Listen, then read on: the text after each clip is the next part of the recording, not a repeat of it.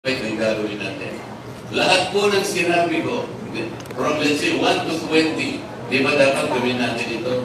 Mr. Secretary, yes sir. Yes sir, yes sir, yes sir lahat. Kahit isa walang nangyari.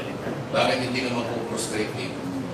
So gusto ko ma'am, kaming lahat, dalhin po ninyo, hindi lamang po sa dahil meron kayong ibibigay sa amin na headquarters. Yung headquarters po, hindi mga kampanya yun.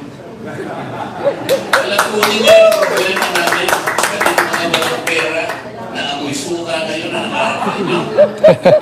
Yung 60% ng ating population, yun po yung problema.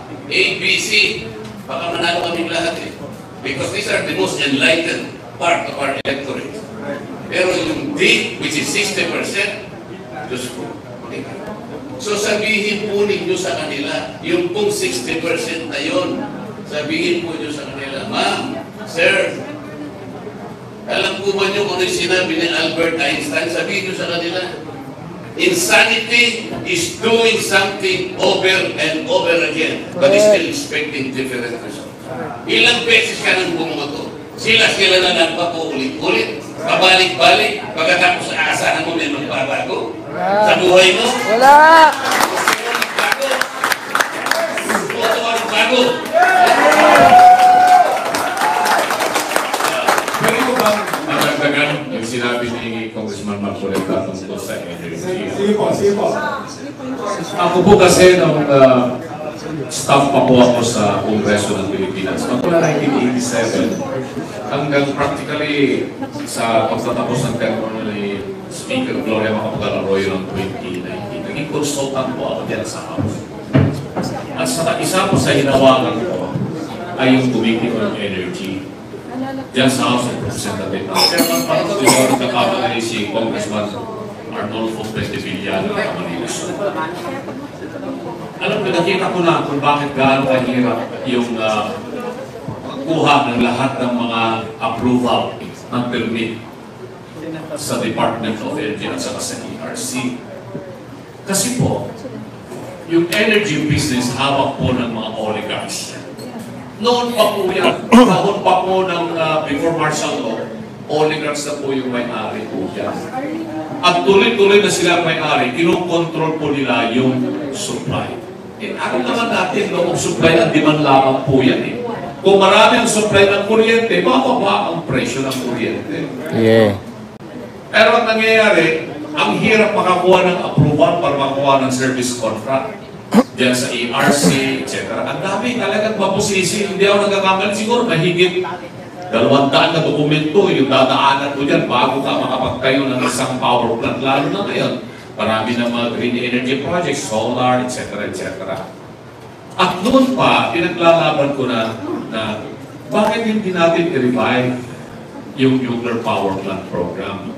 Sinasabi mo ba tayo nuclear power plant? Na-abolish kasi yung nuclear regulatory framework magmula nung ipinasa itong 1987 Constitution na ito. Kaya kailangan po tayo magkaroon ng batas, panibagong batas, to establish the nuclear regulatory framework at mag-create natin yung Philippine Nuclear Commission. Kasi hindi lamang po nuclear ay source ng energy. Pwede gamitin niya sa military, sa gamot, marami yan, medical. So, kailangan tayo magkaroon ng nuclear regulatory framework at Kongreso lamang po ang makakapagpasa niyan. Ilang beses ko na po grinaft yan, palumalang batas na yan. Nung nakaupo pa si President Arroyo bilang Kongresuman magmula noong 2010, kahit na naman siya, ako abogado niya, ako spokesman niya, at acting chief of staff, sinama po namin yan. So, ulit-ulit namin sinasampayan sa Kongreso. Hindi po pumapasa. Hindi po pumapasa hanggang committee level lang. Yung bill na yan, nakailang beses na yan, ulit-ulit po. Bakit? Kinututulan po yan ng mga oligarchs. Ayaw nila na magkaroon ng saganang supply ng kuryente. Kaya kung kami mauupo, ilalagay niyo kami ron, sisiguraduhin namin, hindi po kami mahahawakan sa leeg ng mga oligarchs. Ba't kawawa? Maraming nagpanukala ng batas. Frustrated na si Atty. Raul Ambino, si Congressman Rodante Marcoleta. Bayang Pilipinas, simple po yung sitwasyon. sa elektrisidad. Production, transmission, distribution. Production, transmission, distribution. Pag hawak ito ng gobyerno, ang gobyerno makikinig sa atin. Pag sinabi natin, bakit ang mahal ng kuryente? Pero pag hawak ito ng pribadong sektor, maximum profit. Maximum profit. Sinasabi niyang oligarch. Simple. Bakit hindi nationalize? Kasi kung gobyerno mawak, matatakot sila pag nagreklamo tayo. Sa ngayon, ang gagawin nila, anong sasabihin? Wala kaming magagawa. Nasa pribadong sektor. Ano ba yung intensyon ng pribadong sektor? Maximum profit. Democratic, legal, pero yung kawawa, consumer. Iba simple.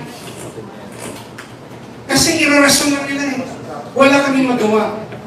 Pero makikinig kami. That's why, yan yung totoong committee hearings. Makikinig yung Senado at yung sa intensyon nating pababain, very basic, we know the solution.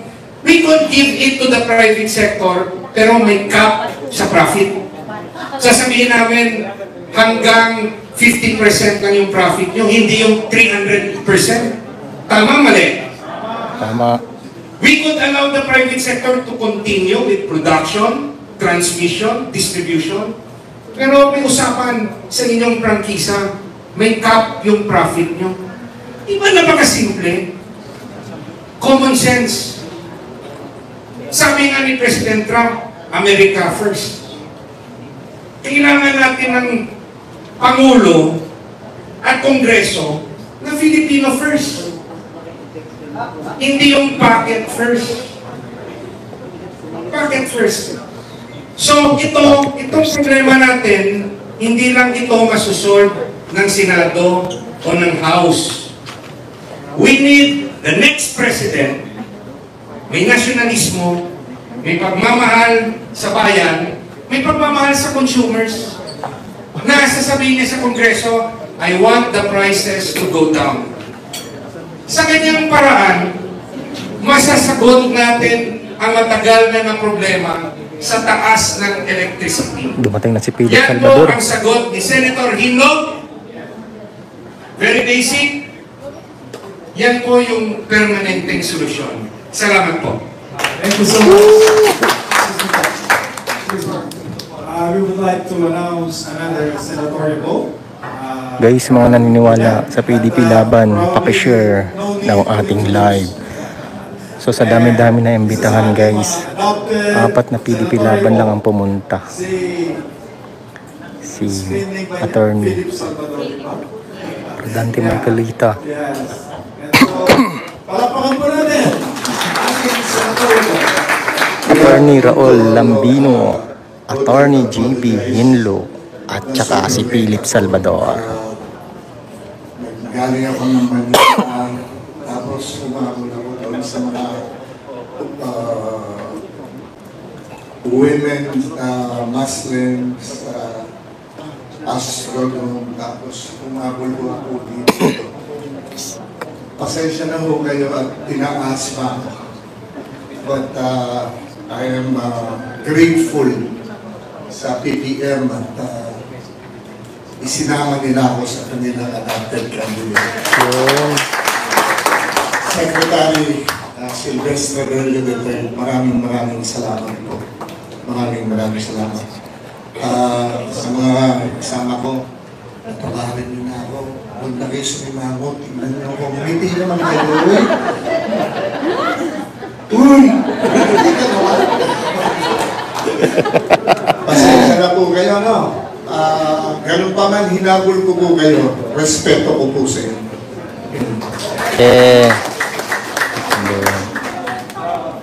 Let's go. Sasalita na ako. Diretso na ako ninyo. Okay po. Ako po si Philip Salvador, kandidato bilang senador. At grateful sa PPM sa pag-adapt sa akin. Advocacy ako po, kapayapaan, peace and order, trabaho para sa mga Pilipino. Pagkain, hindi 20 pesos sa isang cup. Hindi na ho, isang kilo. 20 pesos sa isang cup na bigas. At hindi ko po pwedeng pabayaan ng senior citizens. Dahil lahat po ng aking pinuntahan sa buong Pilipinas, sa pag-ikot ko po ng 6 na taon, sila po mismo, yung mga senior, I'm a senior myself, I'm 71 years old, and 10 years old. Sila ho, ang talaga na po sabihin sa akin, please tumakbo ka, tulungan mo ka. Kung tumakbo ka, manalo ka, huwag mo sana kaming pabayaan. Yeah. Yun ang palagi mo na sinasabi sa akin. So, yun po. Peace and order. Dahil gusto ko pong ipagpatuloy ang naiwanan ng ating pinakamagaling na naging presidente ng Republika ng Pilipinas, si Rodrigo Roa Duterte. I don't know if you will agree with me, but this is me. Nagsasabi ko. Peace and order dahil nakikita naman po natin kung ano nangyayari uli ngayon. Takot na naman ang mga magulang na baka hindi makauwi ng buhay ang kanilang mga anak, makidnap, ma-rape. Ayoko na pong mangyari yun nangyayari ngayon. Nasa harapan mismo ng krami, nagbebenta ng mga droga, kapulisan, nagbebenta, at nangyari na rin po sa loob ng krami, dahil pinatay na foreigner sa loob ng sasakyan. Yeah. Alam niyo rin po lahat. Gusto ko po labanan ito. Ang grupo po namin, walang galang na po, sa PDP, action agad. Wala ho kami nung pinangangako namin to. Kami po, best effort na magagawa namin. Pero, ang problema po, sinusolusyonan. Hindi po yung inilalayo ang tunay na nangyayari ngayon sa ating bayan. Kaya na sinabi ko, alam niyo yun, pagkain.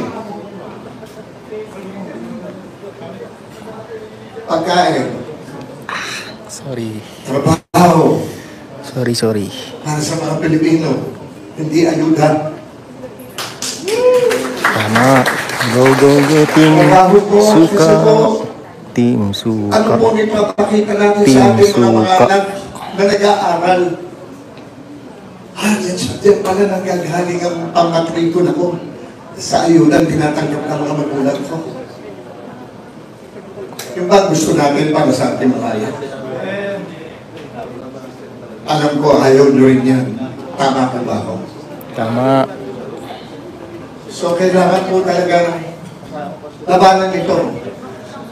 Yan pong lahat na yan, ang pinagmumulan yan, ang korupsyon. Hanggat may korupsyon po, maghihirap ang mga Pilipino. Kailangan po talagang labanan ang korupsyon para mawala ang kriminalidad at yung salot ng droga. Yeah. Alam nyo rin po kung sino ang mga korap na yan. Salamat po sa inyo lahat. Maraming salamat po. Team Gatas. Philip Salvador. Team Gatas. Kanya pala tinitignan ko si Senador Philip lalagong lalaki. Pero parang may maraming pasensya na po. Anyway, pagpapatuloy po natin ang question and answer portion natin. Kung meron po pong katanungan, Sir, excuse me. Would you like to wrap up? Okay. Okay. Sir, ay, pakibigay yung sa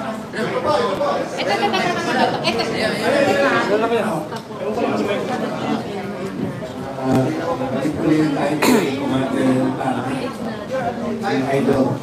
Emma. Emma. Excuse me po. I-identify natin ang sarili natin. My name is Albert Muyo. Albert Muyo.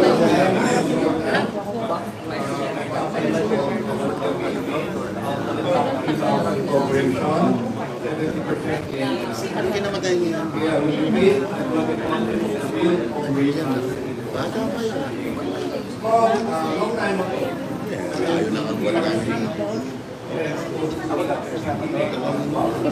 Yun yung ex.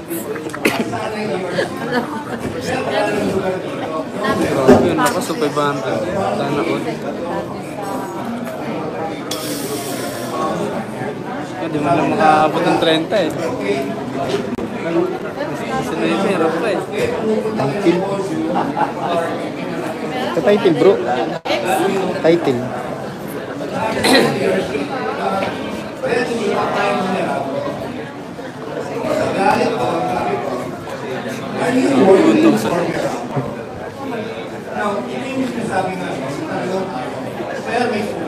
Hindi na marinig. Now, having said that, we can bring down the conflict. It can happen. We can prove that technically it is working. Now, I would like to say, So pansinin nyo dito guys. Ayan. So sila yung expected na darating ngayong araw dito. Si Tolentino, si Montemayor, Joey, si Tito Soto, si Lacson Ping, si Honasan. So ang nandito lang ngayon ay ang Team Suka. PDP Laban. Ayan, sila lang yung nakarating dito ngayon.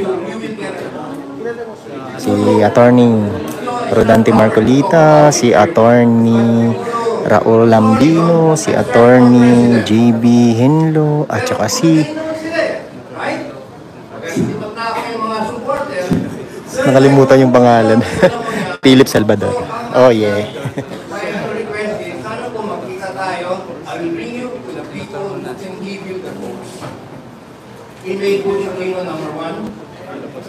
Share guys, share. Ako ay Maharlika Movement. Fortunately, wala na si Kuya Bilarde. Sana po, marinig ng taong bayan. Pag narinig nila yan, na papalitan nyo ang pangalan ng Pilipinas, I promise you, you will get the vote. Kahit anong sabihin nyo po, pag nanalo kayo, no offense, pag hindi natin pinalitan yan, ganoon pa rin ang bayan natin for the next 500 years. We will be killing and killing each other. Okay? Kaya Tony Lambino, si Omar Fajardo, kaibigan ko. Omar, matagal na kayo sa Kongreso, nakatipid ka kay FBI. Walang mangyayari sa inyo after trabaho, I promise you. We will end up worse. Yan lang po. Thank you po. Okay, thank you so much. Meron po ba bang gusto magtanong sa ating mga media representatives dito? Meron pa po ba? Wala na? Wala na? Okay. Kanino po may nagtanong na media rep dito? I think from Manila Times ba siya? Manila Times, no? Okay. Alam nyo, hindi ko na sagot kanina, ang aming selection process ay dumaan po ng pagsisuri ito. Okay? At saka, nung nagawa po itong selection na ito, wala pa po ang impeachment. So yung tanong na kami ba kontra impeachment, no, hindi po namin pinag-usapan yun. But definitely, sabi nga ho ni Kong Marcoleta, ako personally, from my point of view, political thing. Okay? This is a political question. Alam naman po natin. the only entity or government entity that could dig into the so-called confidential na sabi mo kanina. Senador Marcoleta, it's only the audit natin, di ba? Yun lang. Tapos ginawa nilang, well anyways, meron akong nabasang artikulo kung talagang totoo sila sa kanilang sarili sa pag-imbestiga. Meron isang dating senadora na ang unliquidated, nabasa ko sa kanyo, ang unliquidated confidential funds niya. Ha? Kilala niyo siguro ito. Na-incarcerate ng charges of drugs. Almost 500 million. 500 million! Pero isa lang daw yun. So almost 1 billion kanyang unliquidated. O bakit hindi nagpusan yun? Di ba? Okay, anyway. Ano lang, sideline na doon. Any other question? Kung wala na po ba? Okay, doktora. Meron pa pahabol? Ay, bubuksan mo na ba yung election headquarters mo? I am closing. Tamang closing na. Very much the presence of our future State Lord. Yeah. Now we would like to invite you to be an Antipolo, Yeah. Southern Lady, Ooh. and a part of Lapu-Lapu City. I will not promise, but I can assure you to have your votes. But you should be there and don't delay. Thank you. I love you.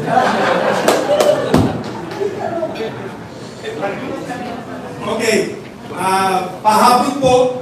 Alam nyo, kanina nasabi natin na ang Partido Federal ng Maharlika, Luma.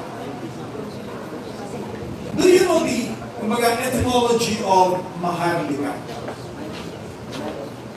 Marami sa akin hindi nakakaalam. Ako, recent ko lang naalam mo ito.